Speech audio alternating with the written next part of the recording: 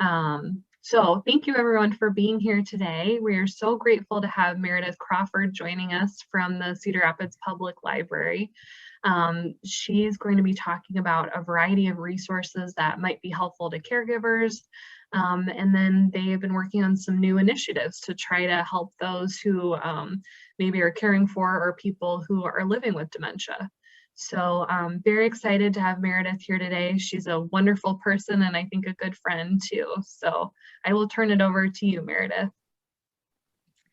Good afternoon. Thank you so much for inviting me to be here. First of all, I really feel like it is a huge compliment to the library and the services that we provide, that we are on your radar for providing support to the people that you serve as well. I see at least one familiar face, and I will also say that I am so appreciative of all of the resources that the family caregivers, like looking at Dot right now, have shared with me to make me better suited for serving our patrons, which are ours together. So it's an honor and a privilege, in fact, to be here. And I will be going through a PowerPoint presentation that just talks about some of the library services that we provide in general, just as either kind of a reminder about some of the more convenient things that we put in place, or just to let folks know that since we still do live in this world where there's a global pandemic, these are services that are available that might either be helpful or you didn't know that we provided at all. And then I will talk a little bit about some of the newer things that we're doing at the library in terms of specific collections that we are, like physical collections that we are creating. I'll just kind of show our new catalog because that's changed a little in the past year. And then just kind of for fun, we have a big 125th anniversary celebration this year, which is really fun for talking about memories, especially of Cedar Rapids. And, you know, I love old photographs. I love thinking about how our community has changed and seeing how our patrons have participated in that. There is a call for help if you have the opportunity to share a memory of the library. We'll be asking for that as well. So that is what I'll be talking about. I am very interruptible. If you have any questions, let me know along the way. And then after I go through the slideshow, I can show you what the website looks like, what the catalog looks like, and how to find some of the resources that I'll tell you about. So if it's okay, without further ado, I'll just jump right in. Go for it. Thanks, Meredith.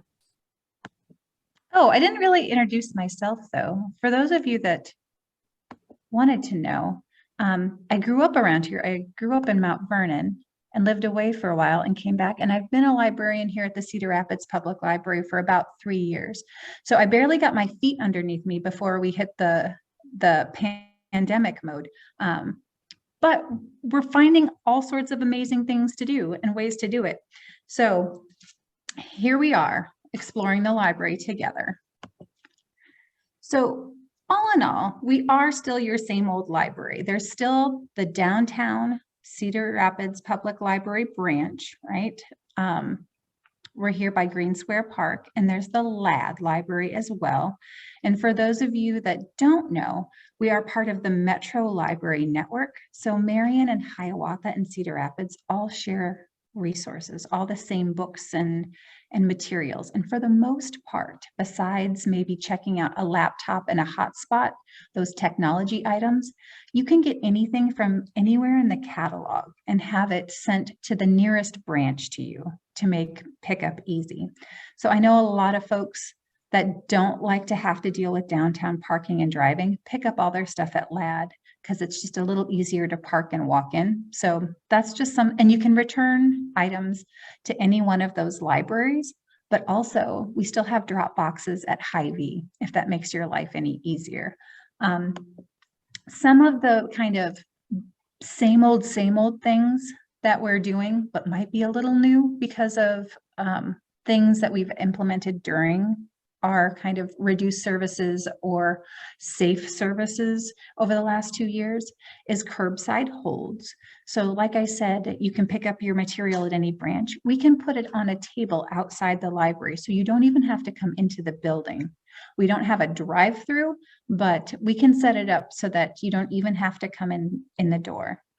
If you're not familiar, we also still have books by mail, which is specifically available to Cedar Rapids residents, where our Friends of the Library helps us with the postage, but we have a dedicated staff person who has books by mail patrons.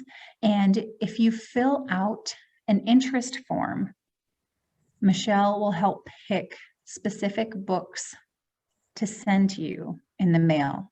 And then you just stick them back in the mail and have them come back. Or if somebody, is going to Hy-Vee, they could return them to a library too, but you could have books sent to your residents.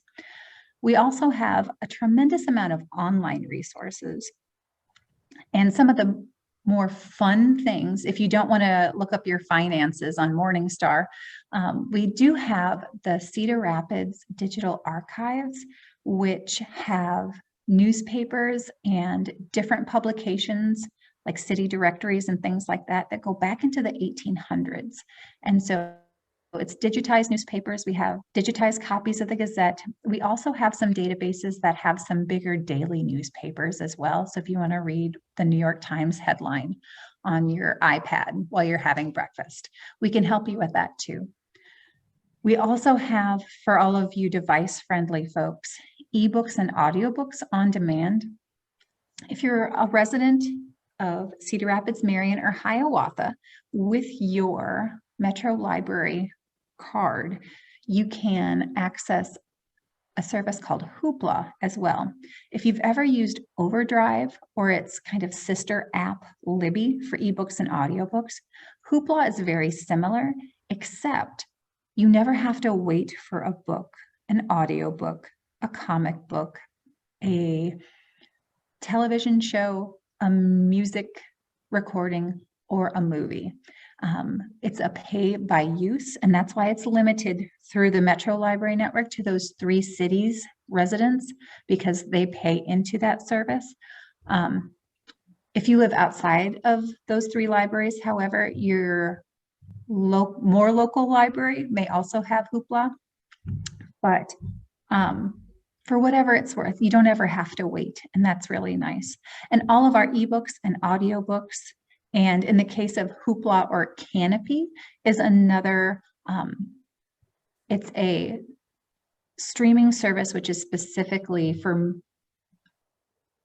visual material. So it's the great courses plus independent films and documentaries for the most part.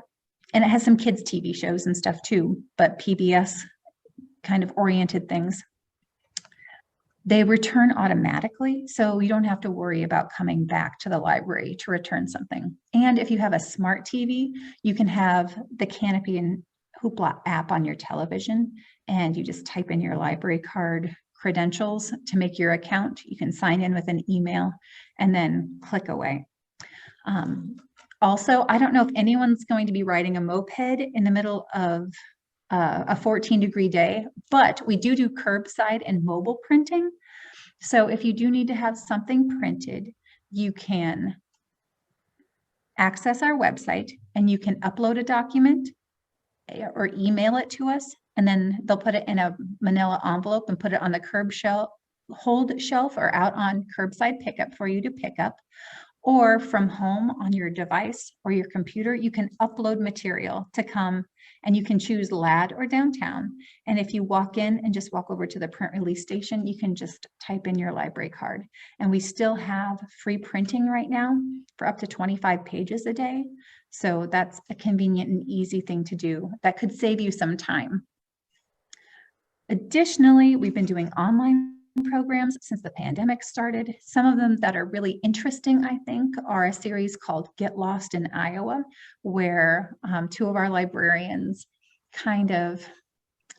I feel they're kind of like backcountry road trips, both through research and through geography, whether it's, the art and war memorials at rest stops, or a history of Grant Wood.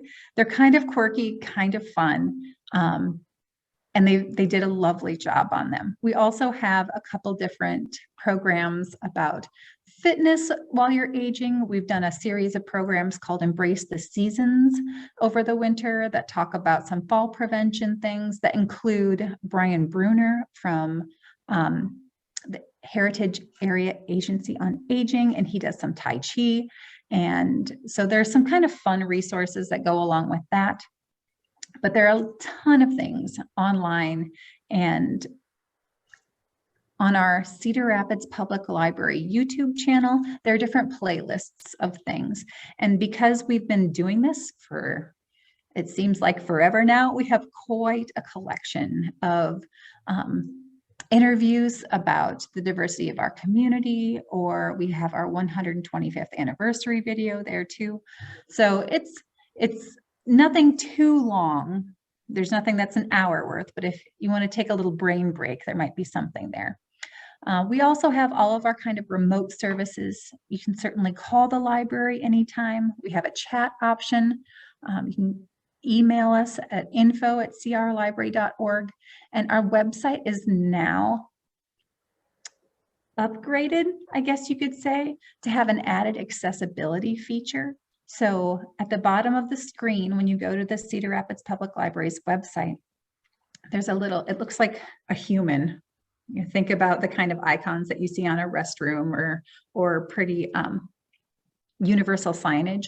But if you click on that, it'll give you different options for either changing the colors on the screen so that, you know, ease of accessibility in terms of brightness, but also size of words, a cursor rollover for audible options, and that's kind of exciting. More same, but friendly reminder, we are fine free and have been since July, so there are no more overdue fines for books. And if you want any information about how we did last year, what things look like, our annual report is available. It's got some pretty graphics in it, but it was a fine year overall. We did it. And so that's kind of the same old part of the library. Now, this is old dog, new tricks, right? This picture just delights me. Like, the excitement of this dog is what I feel for some of the fun stuff that we have going on at the library.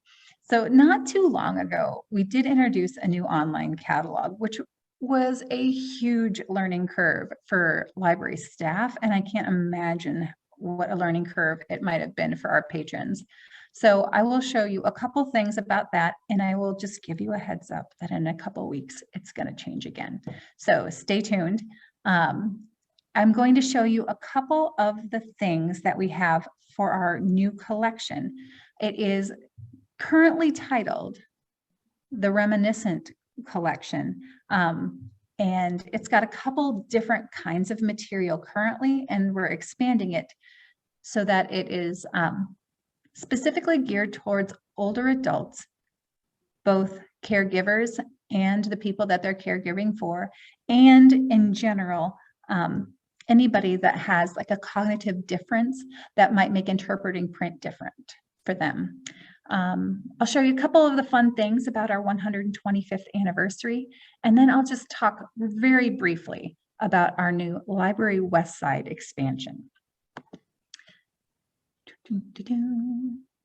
So if you haven't used our library catalog in some time, this is going to look completely different. So what it is just the same old search boxes and things like that, but it's a different format. This is just a picture, but if you want, after the presentation portion, we can do some searches just to make sure everybody feels comfortable with it in a live environment. But one thing, just beside it looking different, one thing that's really exciting for us as library staff, and I hope for patrons as well, the three icons that I put over at the side, it's Hoopla is at the top, which is that the resource that I mentioned. The O is for Overdrive, and then the bottom is the Libby app icon. These are all digital resources for ebooks, audiobooks, and like I said, Hoopla has a lot more material in general. But I don't know if you can see on the screen, but when you go back to the catalog, and I did a keyword search for Hoopla Digital, now our catalog will pick up things from Hoopla, Overdrive, and Libby. So you can get you can search for all the ebooks and audiobooks that we offer in one place. Those resources didn't always talk to our catalogs. So you'd have to go look at Hoopla and then come back out and then go look here and then come back out. But now everything should be together. And so for instance, when I just searched Hoopla Digital, it has over 2,500 titles that are available. And then just in case, because you might not do a search just for something digital, but you'll notice this is a little easier than our last catalog. The record that came up, this one just happened to be, it's Hawkeye Volume 2. It's a graphic novel, but there's a little computer, and that is how you'll recognize that it's a digital item. Sometimes they'll just be headphones for an audiobook, or you'll see a CD, actually, if it's an audiobook that's on CD, or it's a book. I mean, shocking, we still have books, right? But that's something that's interesting and in theory makes things a lot easier. Our new upgrade that's going to happen in a couple weeks, hopefully will make it even easier, because it was explained to me that the new catalog will talk in the words of the internet. So it'll be closer to, it'll pick up search terms differently and hopefully make it easier to find what you're looking for. The thing that I'm probably the most excited about is our Reminiscence Collection. And this is something that the library has been considering for almost as long as I have been here. Part of our strategic plan has been to provide greater access to all patrons, but with a focus on our youngest of patrons and our older of patrons. And so I'm not sure if this picture looks familiar to anyone that's been at the library, but on our second floor, next to the large print collection, there are a bunch of book club bags, and it looks pretty much like just a sea of things that are not discernible. But they cleared one whole section of that shelving unit where the Reminiscent Collection is. So I used this picture just as kind of like, if you can remember the book club bags, you'll be able to find what's coming next. So we have currently 2 different kinds of things that you can check out in the Reminiscence Collection. Let me make a little room here. I'm going to lean in. So I have this as an example, and I'll take it apart after the slideshow's done. But if you can see this, this happens to be a autumn reminiscence kit. The theme is called, well, the kits are called Their Favorite Things, and this one has to do with autumn. So it has topics of harvest, fall colors, back to school, and preserving in this one. And each set, it comes in a plastic box, includes photo cards and activity cards and a video. And the video plays instrumental music and big pictures. And then in the bottom right-hand corner here, you can see there are question prompts and activities that you can do as the music plays and the images come up. And then the top right is a picture of the open case, and it comes with full directions and suggestions and different ways to kind of modify how you use these materials. So they're done by, I think you say it maternally, or it's M-E-ternally. And we have about, 12 kits of these so far. And this is what the themes are. There's remembering the 60s and the 50s, the great outdoors. They have one for the handyman or handy woman.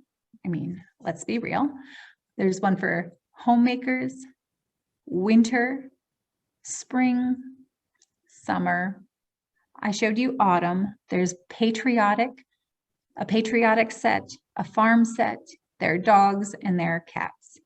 And I thought it was funny. I was picking the one off the shelf to bring in today, and I had my hand on winter. I'm like, favorite things, winter, not today. So I chose a different one. But the winter one is beautiful, and it just makes me want to be inside by a fire while I do it. And so this is another picture of what it looks like. The most exciting thing is these went on the shelf literally yesterday and in the catalog, ready to check out. So these are ready to roll if you are. But if you were to look in our catalog for one of these kits, so what I did is I put in Reminiscence Kit, and then it brought up 13 different records, which is how many we have. And you can see in the description here, it'll tell you, like for number one, it's favorite things, winter reminiscent kit, right? In theory, you could just search for favorite things or for farm, and it'll come up with a bajillion different search results, because that'll search everything in the catalog under those two subjects. So if you can remember the kit part, that'll be key. Also, you can just call us and we'll put it on hold for you too. You know, don't feel like you have to do this all by yourself. But another thing, just briefly, you'll notice off to the left-hand side in that record, it looks like a little box full of stuff. So that's how you also know it's a kit. And 2019 is when it was created, not when we got it, just to be clear. So those are the reminiscent kits, and our collection is growing. So there is an incredible patron that recently made a donation that is acting as seed money for expanding this reminiscence and recollection collection.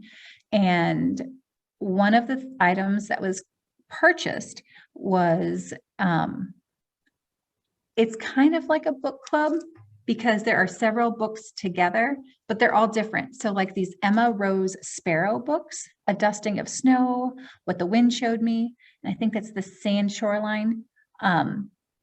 They are books specifically written for people that are experiencing dementia or memory loss.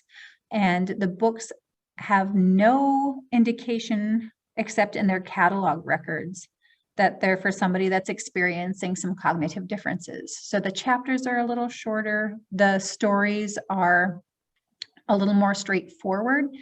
And in general, the print is a little larger. And so those go out together. So you can check out 3, like you'll take a kit with you and you'll take like 3 at a time. So it's, because we don't have many of them, both our programming supervisor and our acquisition supervisor thought, it would probably good to have, a couple books around for a couple of weeks. So you take them all at once and just return the kit when you come back. Then we're also considering getting a series of sentimental reflections. I don't know if you're familiar with those at all, but our acquisition supervisor was very excited because she's really wanted to buy these for a long time. She's like, now we have a place for them. So it's, they can be both digital and in print. And I don't know if you can tell from the Sentimental Reflections series, spring edition from series 14, but it's got some scenic America, some famous places. There's something on a musical note that talks about a place in reminiscence music, older music, and then like a little time capsule to go back and see a place in time at a certain point. And so those are going to be fun. The sentimental collection items, it's all from one publisher we don't have yet, but the Emma Rose Sparrow type books are here and coming. So here's an example of the Reflections book kits. They're called Reflections Book Club kits in our catalog.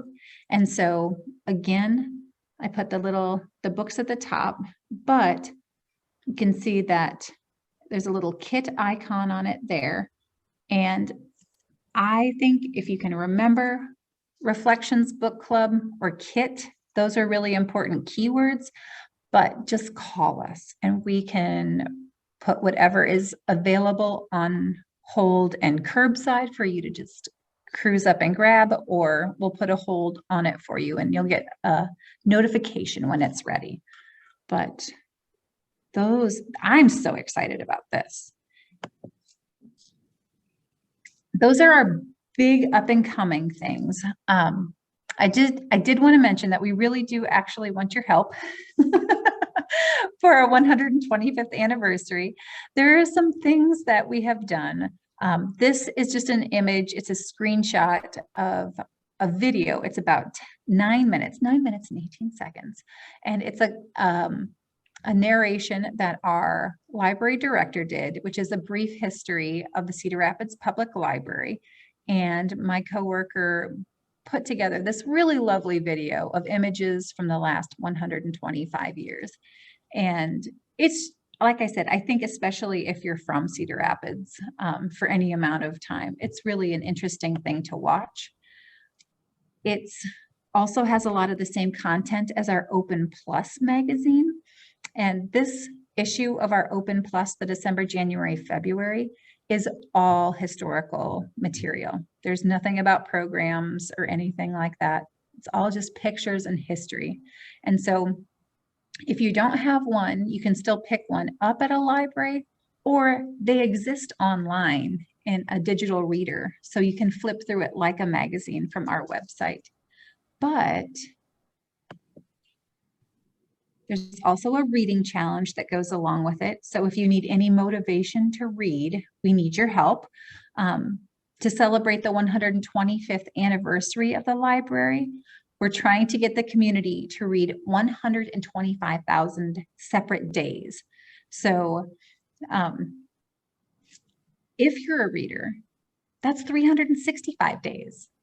If you read a little every day, right? That's a huge contribution. If we can get the whole community to reach 125,000 days, that would be super exciting. And I will sing you a song if that happens. Oh, I should say you can register for that on our website as well. And I can show you if you want how that works. But then what I really think would be interesting and I know would be helpful is that if you do have any memories of the library, we would love to hear about them. There's an online form that you can fill out and submit, but also if you're able to make it to the library, at the downtown library on the 3rd floor, if you take the elevator up to the roof access, there is a display in our gallery of historic photographs that they had enlarged and on the big wall. They also have the CR from the 1985 building from its exterior, which is kind of fun, I think. But there's a little box where you can write your memories down and stick them in for us. Same at Ladd Library. They have a small gallery space there back towards the Opportunity Center.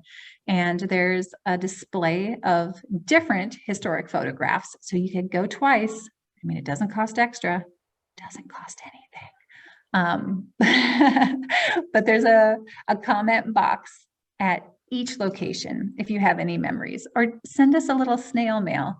But we would love to hear about your experiences with a library over the years. So I wasn't kidding when I said we needed your help. And then just kind of to round out this portion, looking to the future, in case you didn't know, we are we're moving forward on a west side expansion, which although the library had anticipated expanding our both reach and our resources further into the west side, we were the very grateful recipients of a very generous donation, which kind of added extra motivation to getting this project underway. And we were able to start the very beginning of planning our new West Side location. There was over the summer an open call for comments about what you'd like to see at your new library and suggestions. I would say just because those little comment boxes are gone, if you have thoughts and ideas about what would make a library a better, more inclusive, and more accessible, or more enjoyable and engaging place, we would love to hear that. Right now, we are at the very beginning stages. However, some things that we do have, and I took this from what month is this? This is February, January, December, a December board meeting where some of the architects that were making their initial designs gave a presentation. And that's on our Facebook page for all you Facebook savvy folks. If you'd want to go, I mean, you can watch the board meeting on Thursday coming up as well. They're live, but it really depends on a lot of things, but they're looking very wide in scope. So for instance, this mock-up on the left is a 5-acre site, but there's also another option of up to 19 acres, depending on what the city and county feel like they can integrate and help support. No matter what, though, the idea is that there's some green space, that there is the library building, of course, that has space for meetings, just like the downtown library, or even, and more than Lab Library, but also has dedicated space for community partners to set up shop, be accessible, and have their own kind of service hub on the west side. And there's also the dedicated allocation of having housing either attached or nearby. So on the left, you can see that the house, I don't know if you can see, it's pretty small, but there's a section of housing that is several stories higher than the actual library section. And you can see in the graphic on the bottom left, like where the apartments would be above the library and meeting space. But that would be attached in a larger parcel of land. And you can see this on the right-hand side, there would be freestanding housing. And in this case, it'd be across an open space, imaginary, of course, from the library. But just depending on what land is available when it becomes time to purchase and build, there could be a lot of different things that happen, and that's kind of exciting. So speak now, people, because we want this to be your library, indeed. And as I said, you know, we are in the very beginning of it. This is also what the architects gave us, like, we are here in concept design. So nothing that I've shown you is set in stone. However, you know, we're getting there. It's happening. There are drawings that have illustrations, and that's pretty exciting. And then the last thing I want to show you as part of the presentation is this is me. If you have any questions about anything, please feel free to certainly call the general number at the library, but you can see here the phone number at my desk is 739-0496, and my email address is my name, crawfordm@crlibrary.org. And I would be happy to walk you through anything or help you find these things in the catalog. If you need help setting up, you know, Libby so you can listen to audiobooks on your iPad or your phone, be happy to walk through any of that with you. Something that I don't think people realize either is that you can, I mean, in essence, you can book a librarian. If you don't have the ability to come into the library, or if you do not have the desire to come into the library, then not just a phone call, but for those of you that are here today, if a Zoom call works, we'd be happy to Zoom with you, share a screen so you can see how to navigate the resources that we're navigating, and do whatever it is we can without you having to actually come to the library if necessary. So those are some of the things that we have going on. Are there any questions before I get out some of our kits and things?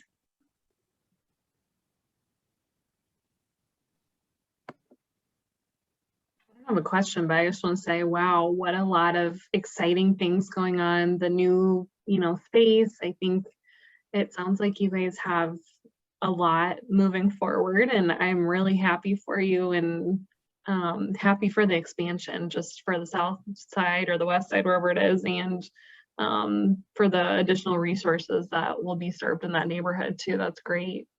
It is exciting. And I've been working a little bit on the 125th anniversary project. And one of the things that just, aside from the part where the library tax levy failed like 5 times in a row, I mean, even money aside, there's always been a lot of patron support for the library, even if people didn't think there was the money behind it. When you go back and look at those newspaper archives, they're like, this is a great idea. We love the library. Is it, would the money be used the best way? There's always but for those that didn't want to support the tax levy. However, in general, the citizens of Cedar Rapids have been very supportive, and just going back and looking at all the different substations that, 100 years ago, the library tried to put all over the community, into factory break rooms or, in churches. Like, the library has always wanted to be there for people. And I think that as we got bigger and a little more, like when buildings got bigger and more kind of like, what's the word, centralized in terms of where their services are, you really do kind of get away from, like, literally away from neighborhoods or parts of town. And so it is really exciting. And I think that, as any project where you're planning forward, like, you're not just looking at the things you need right now, but you're looking at, well, what's 5 years and 25 years? And now I'm like, 125 years going to look like. You can't predict the future, but how can you see how? And this is where I think that too, like, all of the folks that access services at Mercy Caregivers, like, you've seen your lives change a lot in the course of your years in ways that, like, some of us who are maybe like in their 40s haven't. But it's true. I think that wisdom and perspective is really valuable when planning for the future. And also, like, just because, like, we will only grow as an aging community. And how do we want to do that? What do we want that to look like? And how can we make, like, aging more enriching? Because aging is such a weird term. I'm aging right now, right? Like, tomorrow I'm going to be 41 and like 3/4.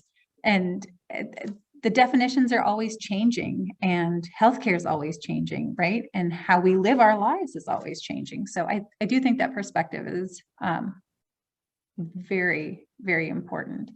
So let me know if you want to fill out a form or talk about the past, all of it. I'll do it all. But it is exciting. Thank you. I think that's pretty fun. If anyone wants, I have a couple things here I would like to show you. I did bring my 1960s kit. Can you see that okay? Okay. So if I pull it apart, the kits are pretty small. Here's for scale. So, they're pretty manageable to hang on to. And then when you open it up, there's so much tie-dye. It's great. There's a little clippy box which you can open.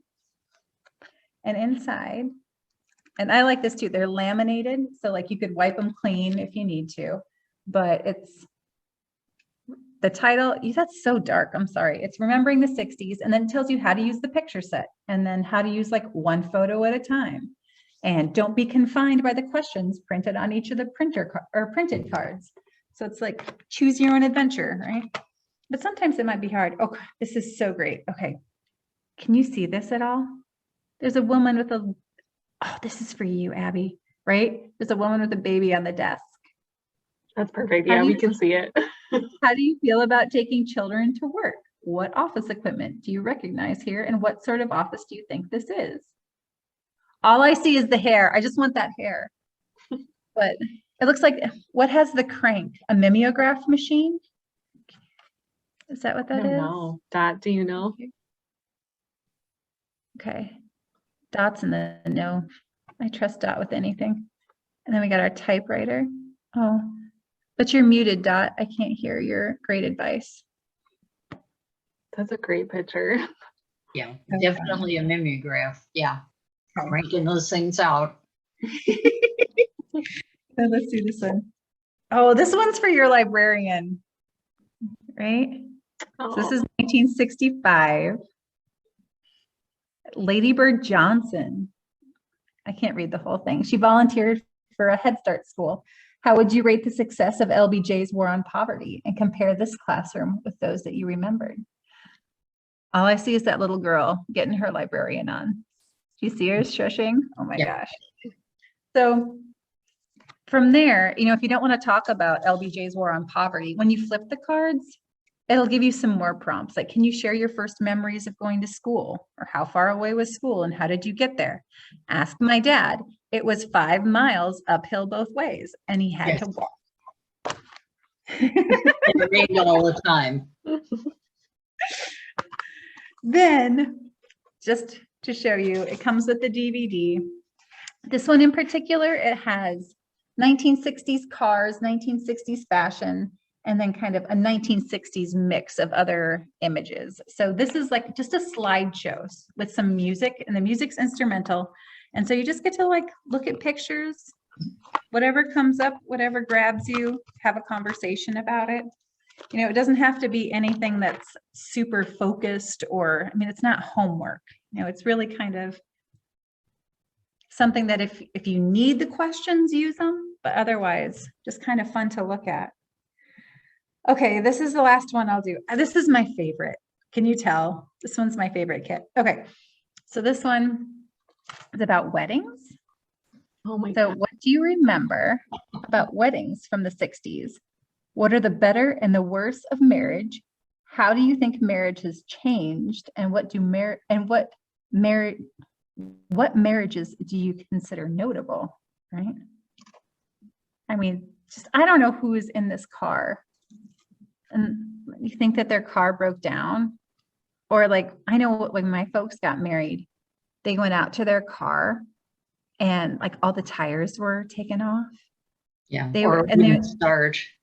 the tires were in their bathtub. They had just, my dad and my mom had just done a lot of restoration on an old house for them to move into when they got married. We're not happy about that. All right, but famous marriages of the 60s. Marlon Brando and Movita Castaneda. Do you know who that is? I don't either. Bobby Darin and Sandra Lee. Marlon Brando's on here several times. Dolly Parton and Carl Dean, they're still together, right? Yeah. Yeah.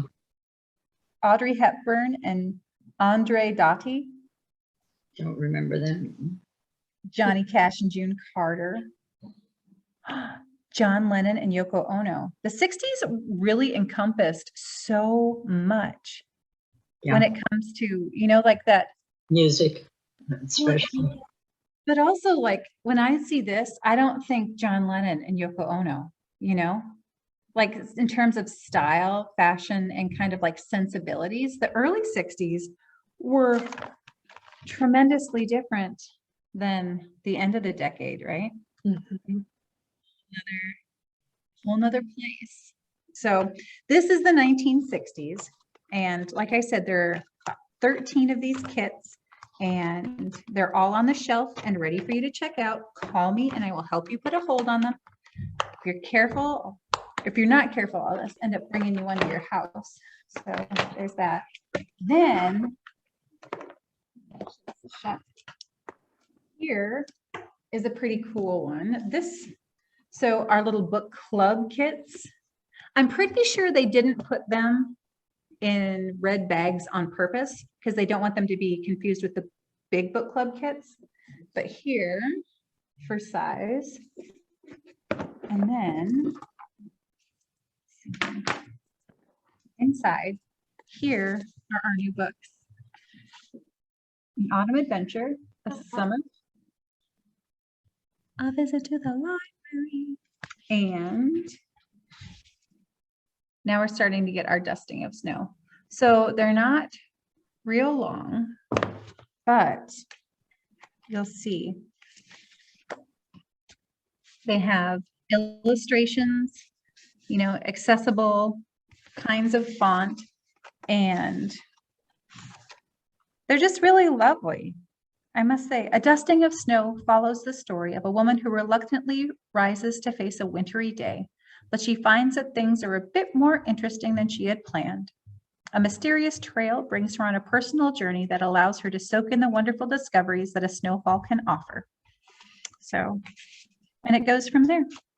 So this one has 4 that are based on experiences and not a lot of storyline. So it's kind of sensory descriptive. And so this is a kit of 4.